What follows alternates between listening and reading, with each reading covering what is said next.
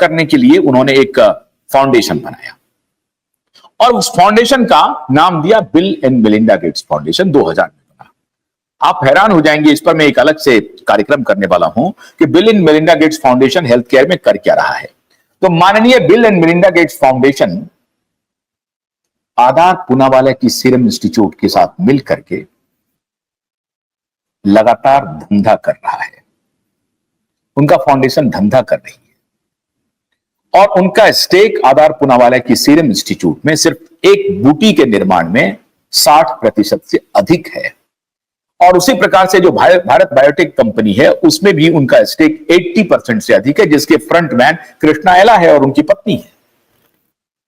लेकिन दुनिया को तो बिल गेट्स लग रहा है कि फिलैंथ्रोपिस्ट है, वो गरीबों का भला कर रहा है। कोई गरीबों का भला नहीं कर रहा है। लाखों करोड़ की कमाई पिछले कोविड में ये पूनावाला ने किया है, लाखों करोड़ की कमाई।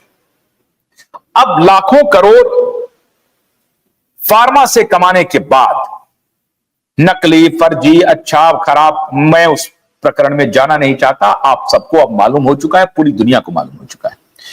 इस व्यक्ति ने वैक्सीन नहीं बनाया, ध्यान रखिए। ये जो बूटी बना था ना, इस व्यक्ति ने नहीं बनाया, लेकिन प्रचारित किया गया इंडिजिनस बूटी, इंडिजिनस बूटी, इंडिजिनस बूटी। इट वॉज नॉट इंडिजिनस बूटी, it is based on AstraZeneca technology, Oxford. और ऑक्सफोर्ड में भी Bill Gates and Melinda Gates foundation का, ऑक्सफोर्ड यूनिवर्सिटी का जो रिसर्च सेंटर है एस्ट्राजेनिका, उसमें भी बिल एंड मेलिंडा गेट्स का इन्वेस्टमेंट है। आप समझ रहे हैं बात को?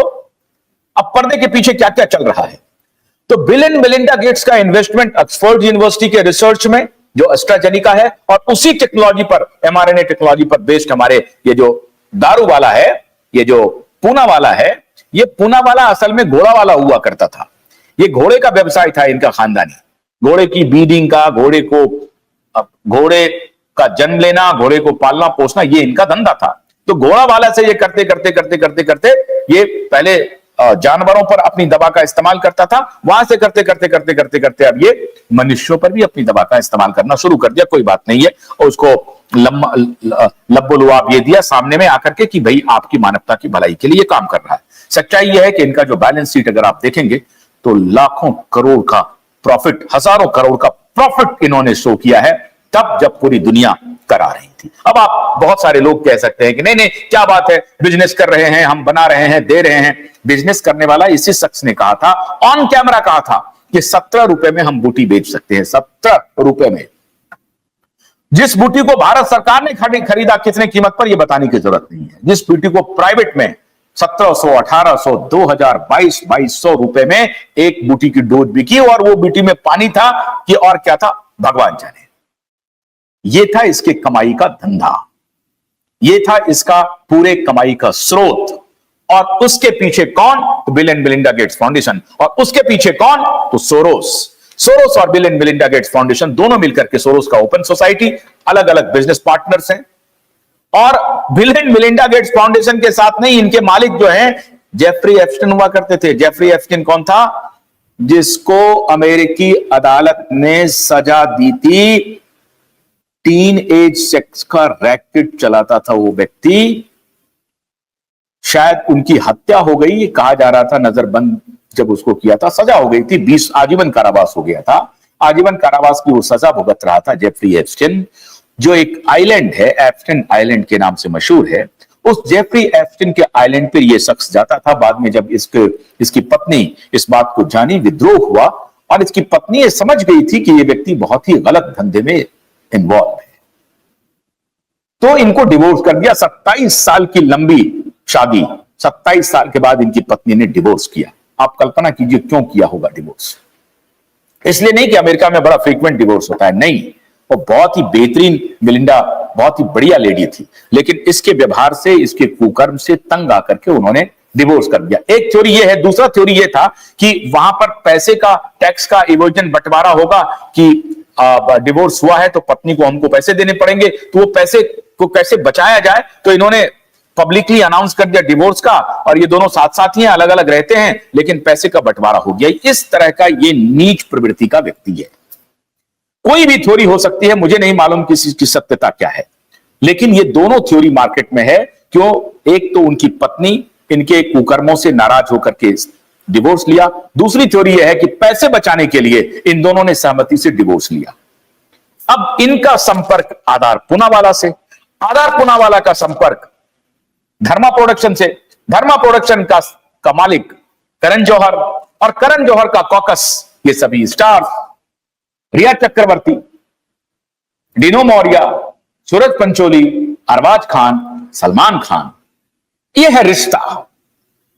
तो इम्तियाज खत्री, रिया चक्रवर्ती, आदित्य ठाकरे लंदन में एक साथ क्यों हैं? इंटेलिजेंस एजेंसी की बड़ी पैनी नजर इन लोगों पर है। क्यों? मैंने आपको कल बताया था सर्जिकल स्ट्राइक होगा। अब इंटेलिजेंस एजेंसी ये देख रही है कि 30 अप्रैल को जब वर्डिक्ट आया है अदालत का कि रिप्लाई फाइल करना है, और मार्च में जब दिशा के सबसे बड़े एविडेंस को क्यूबाइड नेटवर्क ने पूरी दुनिया में लाया सामने, और उसके बाद सभी मीडिया समूहों ने उस पूरे एविडेंस को पूरे तरीके से दुनिया के सामने रखा, तो इनके होश पाख्ता हो गए। इनकी जो थ्योरी चल रही थी वो पूरी थ्योरी डिमोलिश हो गई। तो आनन फानन में इन लोगों ने मैनेज करके, आप गलतफहमी में मत रहिए कि अमित शाह जी को इसकी जानकारी थी या नरेंद्र मोदी जी को इसकी जानकारी थी। इन्होंने मैनेज करके आनन फानन में, जब दिशा का सबूत सामने आ गया था, इनकी सारी थ्योरी कोलैप्स कर गई थी, आनन फानन में इन्होंने क्लोजर रिपोर्ट पेश किया ताकि इस लड़की को यहां से किसी तरीके से भगाया जाए, और यहां पर यह परिप्रेक्ष्य रखा जाए कि रिया चक्रवर्ती को तो क्लीन चिट दे दिया सीबीआई ने। कोई क्लीन चिट नहीं है रिया चक्रवर्ती को। आज भी मैं उसी मुद्दे पर अड़ा हुआ हूं और पूरा देश अड़ा हुआ है। पूरा बच्चा बच्चा जानता है कि रिया चक्रवर्ती को सब कुछ मालूम है, किसने हत्या की, कैसे वो ड्रग का व्यापार चल रहा है, कौन कौन ड्रग के व्यापार में शामिल है, कौन एंटी नेशनल गतिविधि में शामिल है। रिया चक्रवर्ती को सब कुछ मालूम है। एक थर्ड डिग्री में ये विषकन्या फौरन बोल देगी कि हां हमें ये मालूम है। तो इस विषकन्या को जो क्यूबाइड नेटवर्क लगातार चुनौती दे रहा है, फिर चुनौती दे रहा है, किसी भी अदालत में चले जाओ, मैं अभी कह रहा हूं, चले जाओ किसी अदालत में, बड़े बड़े जस्टिस के बेटे को वकील रखा है ना, चुनौती दे रहा हूं रिया चक्रवर्ती। दुनिया के किसी भी कोने से खींच करके आपको कानून के जद में लाऊंगा। कानून के हाथ इतने लंबे हैं कि एक एक एविडेंस के साथ तुम्हें और तुम्हारे यारबाज को सबको एक्सपोज करूंगा। आनन फानन में मैनेज करके लेडी कॉप इंतजार करिए, अभी लेडी कॉप आ रहा है मामला। तो मार्च में जैसे ही सबूत आया क्यूबाइड के तरफ से और सतीश साल्यान सीन में आए, सतीश साल्यान ने अपना एप्लीकेशन फाइल कर दिया। जैसे ही नीलेश ओझा और उनकी टीम एक्टिव हुई, इनको लग गया कि अब हमारी दाल नहीं करेगी। इन्होंने फॉरेन नारकोटिक्स डिपार्टमेंट को कहा कि मैं श्रीलंका जाना चाहती हूं और थाईलैंड जाना चाहता हूं। जाना चाहती हो तो तुम अकेले जा सकते थे, नहीं, पूरे परिवार को यहां से निकलवा लिया। अब इसमें अदालत मैनेज है, एजेंसी